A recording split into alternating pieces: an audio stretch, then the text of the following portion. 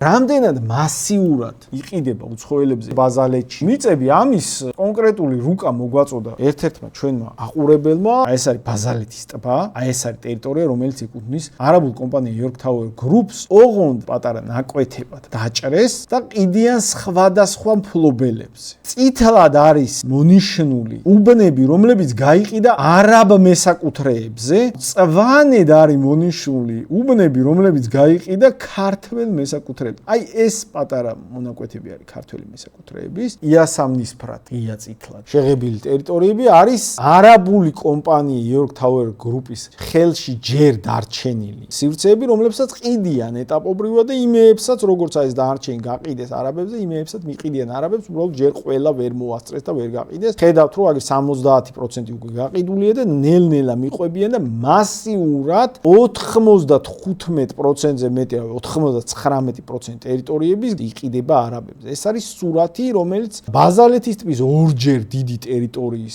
სოფლის სახით შენდება ბაზალეთის ტბის გვერდით და მსგავსი პროექტი იგეგმება აი აქაც ახლა უკვე ისრაელის მოქალაქეების მფლობელობაში არსებული შპს ცენტრის პროექტის სახით.